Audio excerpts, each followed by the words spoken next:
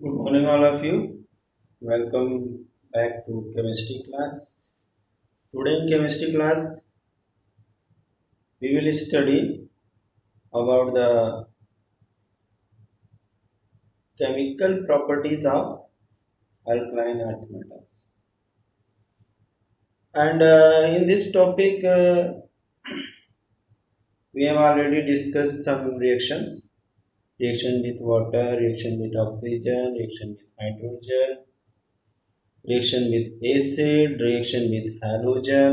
Okay. Now we will see here reaction with nitrogen.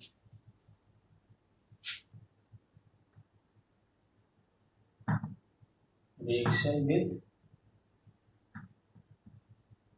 nitrogen.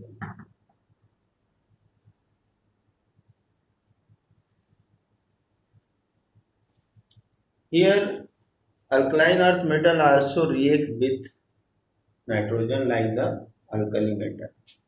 Okay, and they forms nitrides.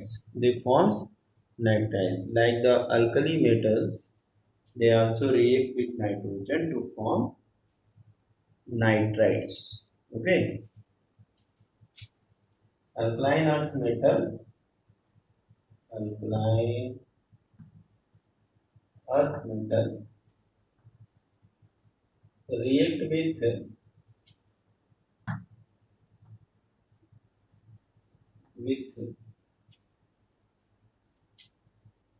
nitrogen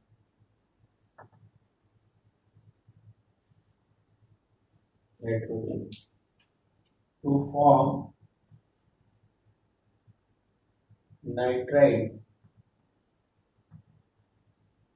of type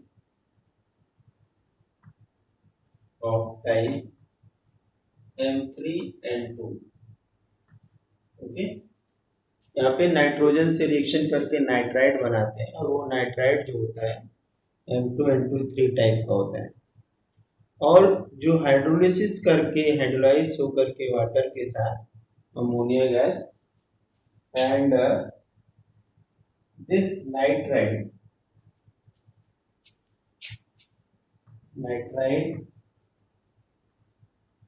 react hydrolyzed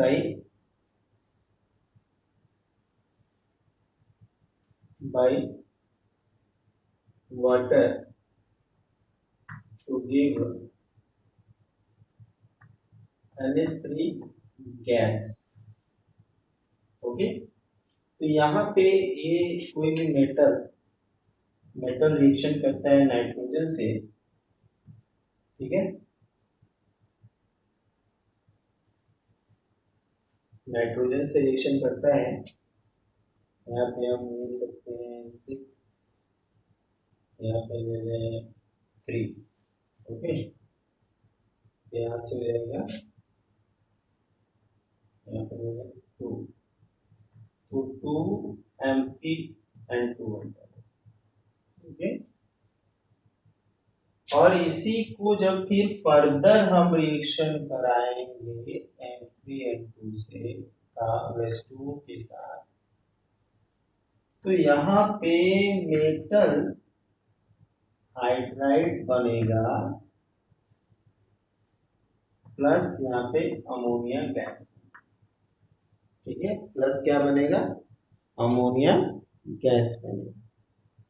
अब बस हमें reaction को balance करना होगा, हम यहाँ पे बैलेंस कर लेंगे। यहाँ पे तो यहाँ पे हो गया 3 to 6 and here is 2। Okay, तो इस तरह से ये जो है कि प्रोडक्ट बनता है। पहले नाइट्रोजन से रिएक्शन करके नाइट्राइड बनाएगा और जब इस नाइट्राइड को हाइड्रोलाइज करेंगे, जब नाइट्राइड को हाइड्रोलाइज करेंगे तब अमोनिया गैस निकलेगी। वहां पे हम ये लैब में भी करके देख सकते हैं। ठीक है, तो इसको नोट कर लीजिए और यहाँ पे हम लिख सकते हैं, यहाँ पे कोई एक्सेप्शन नहीं है। Where M is equal to B Mg Ca B S R B A R A. Okay, इसकी जगह पे ये हो सकता है। चलिए, इसको नोट कर लिया सबने। Okay,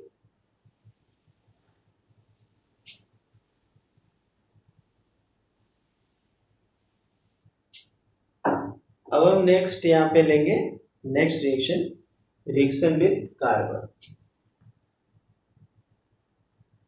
reaction with carbon.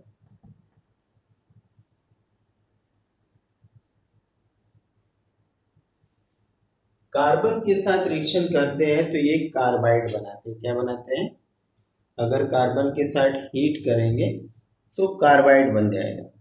और ये कार्बाइड जो बनेगा, व्हेन कार्बाइड जो बनेगा MnCl टाइप का बनेगा। When we heat alkali metal, sorry, alkaline earth metal, earth metal with carbon,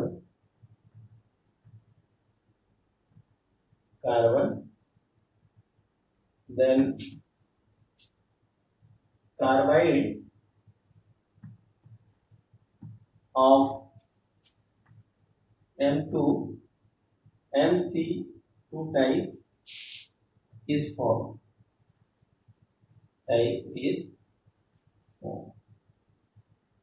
तो जब ये अल्कलाइन अर्थ मेटल कार्बन के साथ बर्न किया जाता है या हीट किया जाता है तो मेटल कार्बाइड बनता है, जिसका फार्मूला क्या होता है? MC2 type. ओके, अब यहाँ पे M क्या होगा? एग्जाम्पल हम यहाँ ले लेते हैं। M plus 2C gives MC2 where M क्या होगा ये तो सबको पता है। जितने हमारे मेटल हैं वो सभी इसमें हो जाएंगे। तो यहाँ पे हम मैग्नीशियम से शुरू करते हैं। Mg Ca Sr and Ba। Okay, ये हमारे M की जगह पे।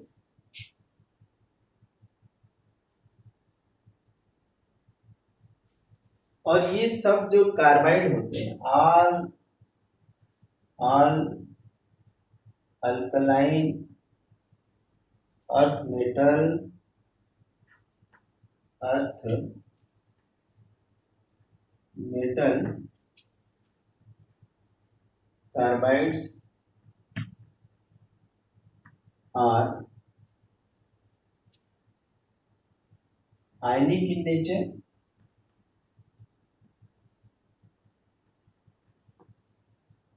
ओके, ये सब क्या होते हैं? आयनिक इन नेचर होते हैं और वाटर से रिएक्ट करके एसिटाइलिन बनाते हैं and react with water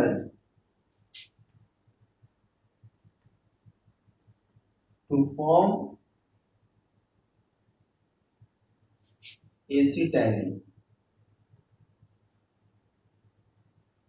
except एक यहाँ पे एक्सेप्ट हो गया VC2। VC2 को छोड़ करके सभी जो रिएक्शन करेंगे कार्बन के साथ तो वाटर के साथ तो क्या बना देंगे? कार्बाइड बनाएंगे। और ये जो हमारा VC2 है क्या देता है? वो मीथेन देता है। जिसको नोट कर लिया कि जब हम अल्कलाइन अर्थ मेटल को हीट करेंगे जो है कि कार्बन के साथ तो कार्बाइड बन जाएगा MC2 टाइप। ओके, चलिए, और M की जगह पे क्या क्या हो सकता है? मैग्नीशियम, कैल्शियम, स्ट्रांसियम और barium. except BeC2 which gives methane. तो यहाँ पे हम रिएक्शन देख सकते हैं कि अगर हमने यहाँ पे कार्बन के साथ रिएक्शन कराया तो मेटल कार्बाइड बना। अगर हम M की जगह G ले लें, Mg कर दें यहाँ पे, MgC2 बनेगा। और फिर MgC2 का जब रिएक्शन हम H2O से करेंगे तो यहाँ पे क्या बन जाएगा, MgO प्लस C2H2, ये एसिटाइलिन। तो ये रिएक्शन सबके साथ आएगा, ये सब रिएक्शन क्या है, सबके साथ आएगा। और इसको वेल्डिंग गैस कहते हैं, वेल्डिंग गैस। ओके, वहां पे हम कैल्शियम कार्बाइड यूज करते हैं तो वाटर के साथ कैल्शियम ऑक्साइड दे देता है और एसिटाइलिन देता है। जहाँ पे हम वेल्डिंग वगैरह कराते हैं तो वहां पे यही रिएक्शन होता है। तो have you noted this? Okay, अब यहाँ पे अगर हम BC2 का रिएक्शन हम वाटर के साथ कराएंगे, ठीक है, तो यहाँ पे BeO तो बनेगा ही, अब प्लस CH4 बन जाएगा। हमें इस रिएक्शन को बैलेंस करना पड़ेगा, यहाँ पे लिख देंगे 2। ओके, और यहाँ पे बन गया CH4, ठीक है।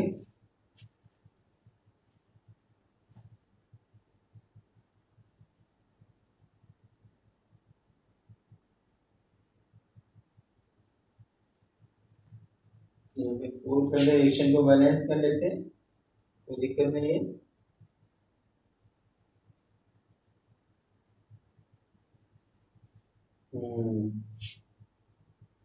रिएक्शन को हम लोग बैलेंस कर लेंगे, ठीक है।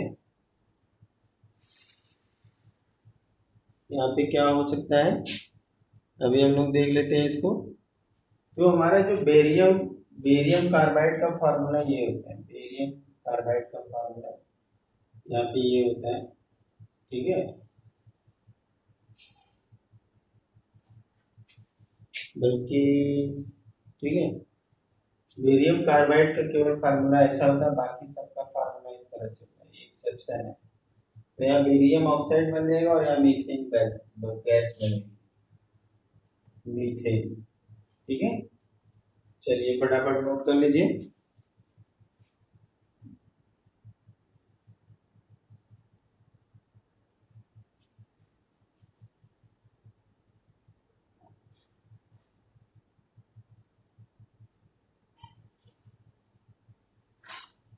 नेक्स्ट अब हम आएंगे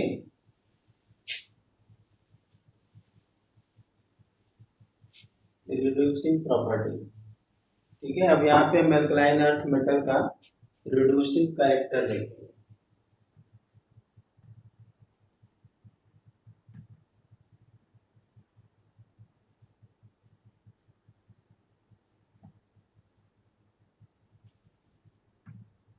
They are strong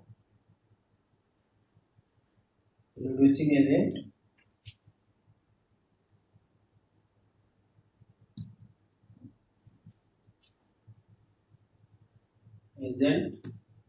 due to their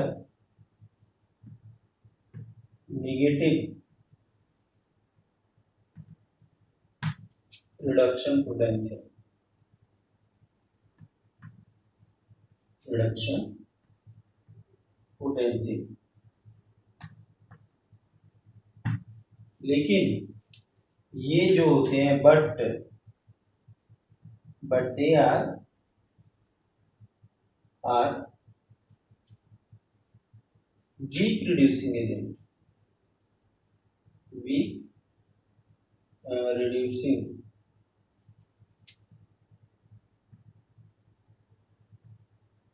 agent than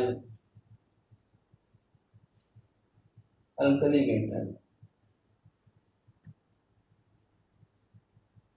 ठीक है, ये अच्छे रिड्यूसिंग एजेंट होते हैं, स्ट्रॉन्ग रिड्यूसिंग एजेंट होते हैं, क्योंकि इनका पोटेंशियल जो होता है निगेटिव होता है, रिडक्शन पोटेंशियल। उस रिडक्शन पोटेंशियल के निगेटिव होने की वजह से ये एक स्ट्रॉन्ग रिड्यूसिंग एजेंट होते हैं। लेकिन इनकी जो रिड्यूसिंग पावर होती है वो अल्कलाइन अर्थ मेटल से कम होती है, क्योंकि अल्कलाइन अर्थ मेटल का रिडक्शन पोटेंशियल और भी निगेटिव होता है। ठीक है, नोट डाउन। और अब यहाँ पे जब हम डाउन द ग्रुप करते हैं ऑन मूविंग, ये भी लिख लेते हैं हम लोग, on moving down the group,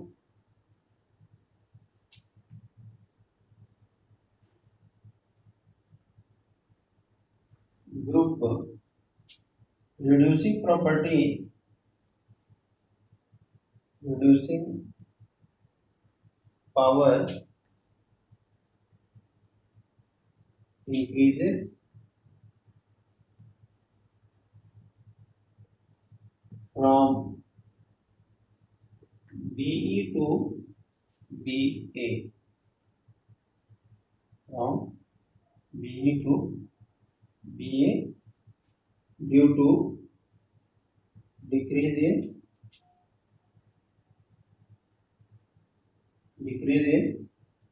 ionization enthalpy, ionization enthalpy। ठीक है, यहाँ पे डाउन द ग्रुप जाने पे reduction potential, sorry reduction potential करें, रिड्यूसिंग प्रॉपर्टी या रिड्यूसिंग पावर बढ़ती जाती है, क्योंकि जाने पे नीचे आयनाइजेशन एंथैल्पी क्या होती है, कम होती जाती है, और रिडक्शन पोटेंशियल और भी निगेटिव होता है। ठीक है, note down this. Now we will see the, यहाँ पे हम रेडियम भी ले सकते हैं, आरए भी ले सकते हैं यहाँ पे। ठीक है, क्योंकि जितना स्ट्रॉन्ग मेटालिक प्रॉपर्टी होगी उतना ज्यादा जो है कि स्ट्रॉन्ग रिड्यूसिंग एजेंट होगा। ठीक है, तो ये हो गया हमारा रिड्यूसिंग प्रॉपर्टी। ठीक है, नेक्स्ट आते हैं solubility in liquid ammonia. Solubility in liquid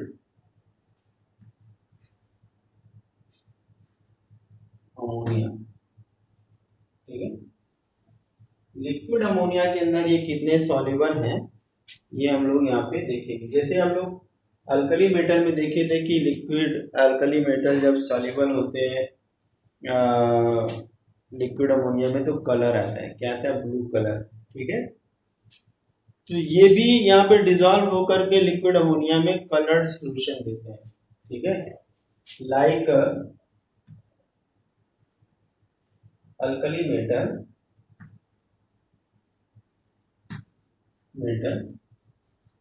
these metal also dissolve in liquid ammonia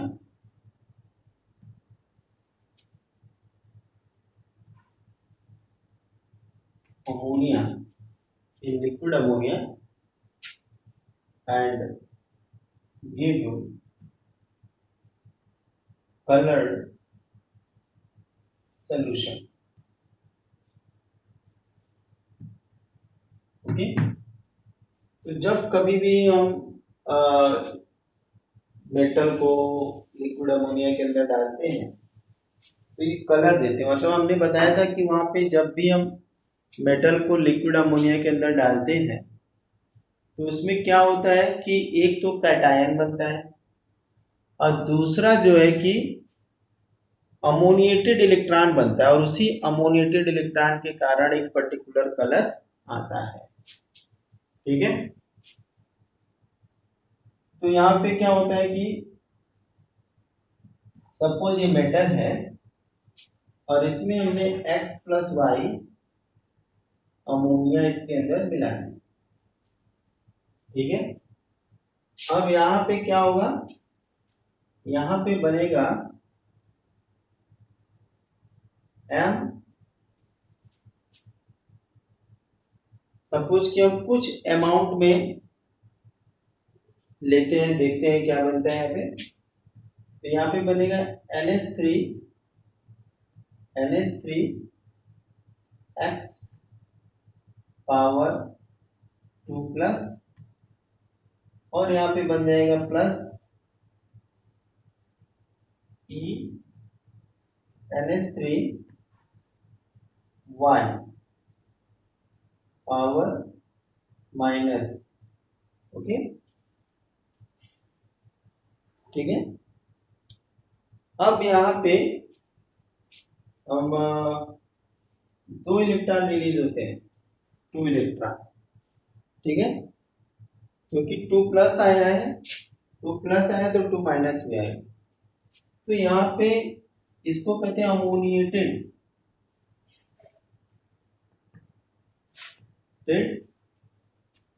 electron, okay. और इसकी वजह से क्या मिलता है, कलर्ड सॉल्यूशन, कलर्ड सॉल्यूशन। तो ये समझ जाइए कि एल्कली मेटल की तरह से ही जब हम लिक्विड अमोनिया में अल्कलाइन अर्थ मेटल डालते हैं तो वो डिसॉल्व होकर के एक तो मेटल कैटायन बनाते हैं, अमोनिएटेड मेटल कैटायन, और दूसरा अमोनिएटेड एनायन बनाते हैं जो कि एक फ्री इलेक्ट्रॉन होता है, जो कि क्या होता है, एक फ्री इलेक्ट्रॉन होता है, जो कि एक फ्री इलेक्ट्रॉन होता है। आई बात समझ रहे हैं? और उसी फ्री इलेक्ट्रॉन की वजह से कलर आता है, ठीक है।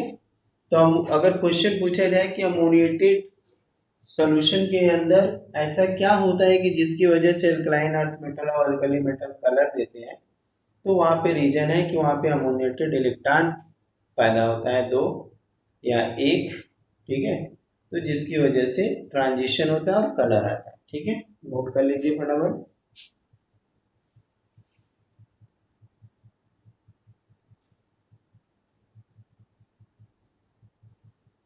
और हम जब डाउन द ग्रुप जाएंगे तो यहाँ पे हम क्या देखेंगे, ये अमोनिएटेड कैटायन और एनायन बनाने की टेंडेंसी कम होती जाती है on moving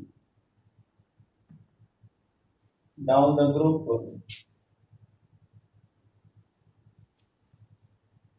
down the group tendency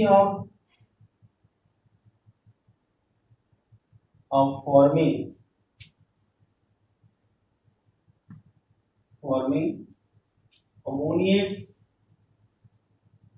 ammoniated cation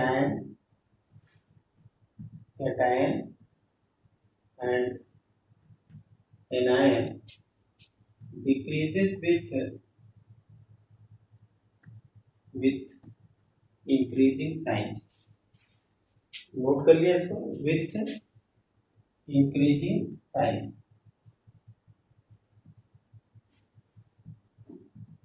ठीक है।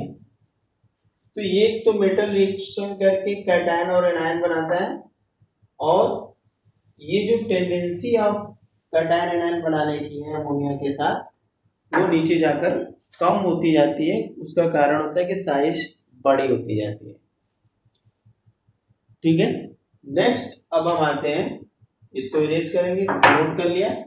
जब भी हम डाउन द ग्रुप जाएंगे तो साइज बड़ी होगी तो अमोनिएटेड कैटायन और एनायन बनना मुश्किल हो जाएगा, ठीक है।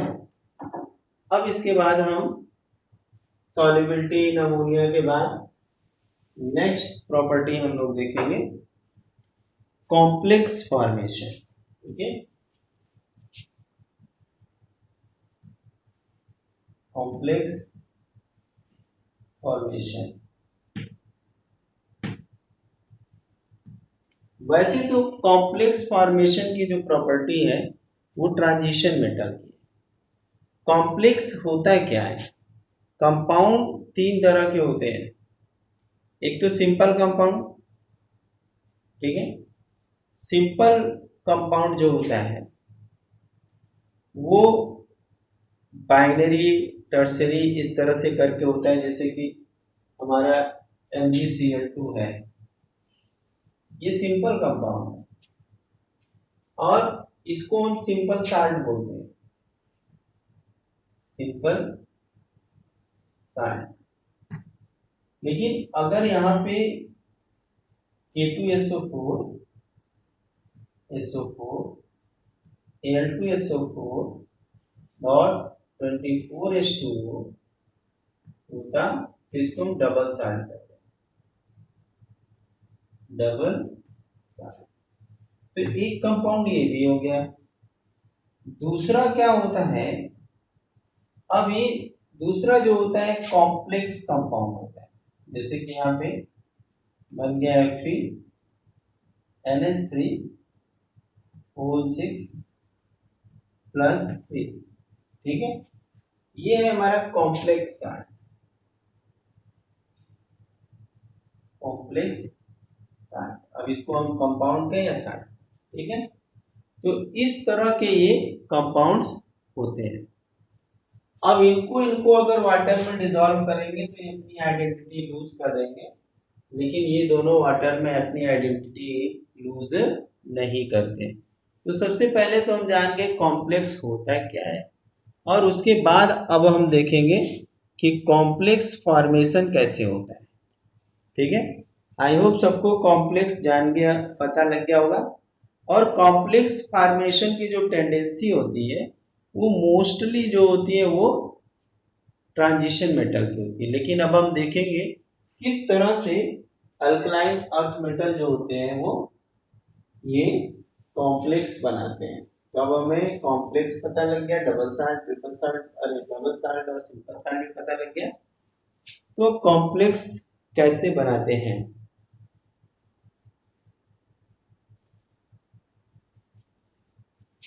Alkaline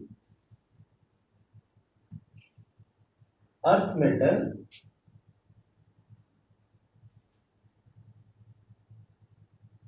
metal metals have tendency to form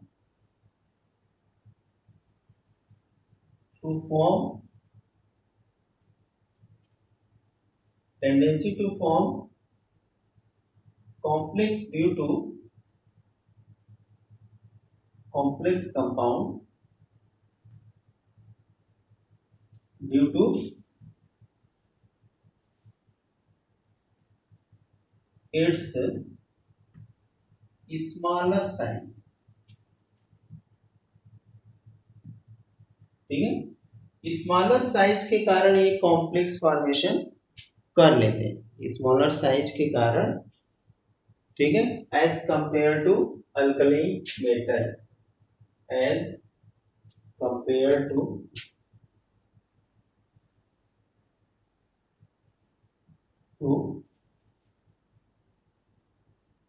alkali metal, ठीक है। अल्कली मेटल के कंपैरिजन में ये बनाते हैं, क्योंकि बड़े कंपाउंड कॉम्प्लेक्स नहीं बनाएंगे। जैसे हम ट्रांजिशन एलिमेंट में जाते हैं तो उनकी साइज अल्कलाइन अर्थ मेटल से भी छोटी हो जाती है, तो इसलिए वो फटाफट बना लेते हैं।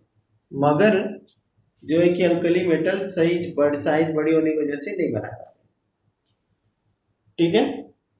अब इसके बाद यहाँ पे कैल्शियम और मैग्नीशियम दोनों जो है इसको इरेज करते हैं हम लोग। यहाँ पे कैल्शियम और magnesium Ca+2 and Mg+2 form complex with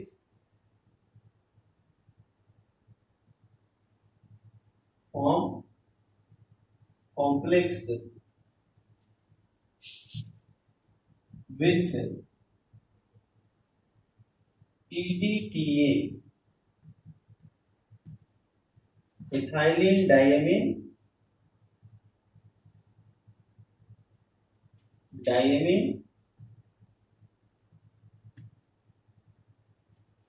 tetra acetate,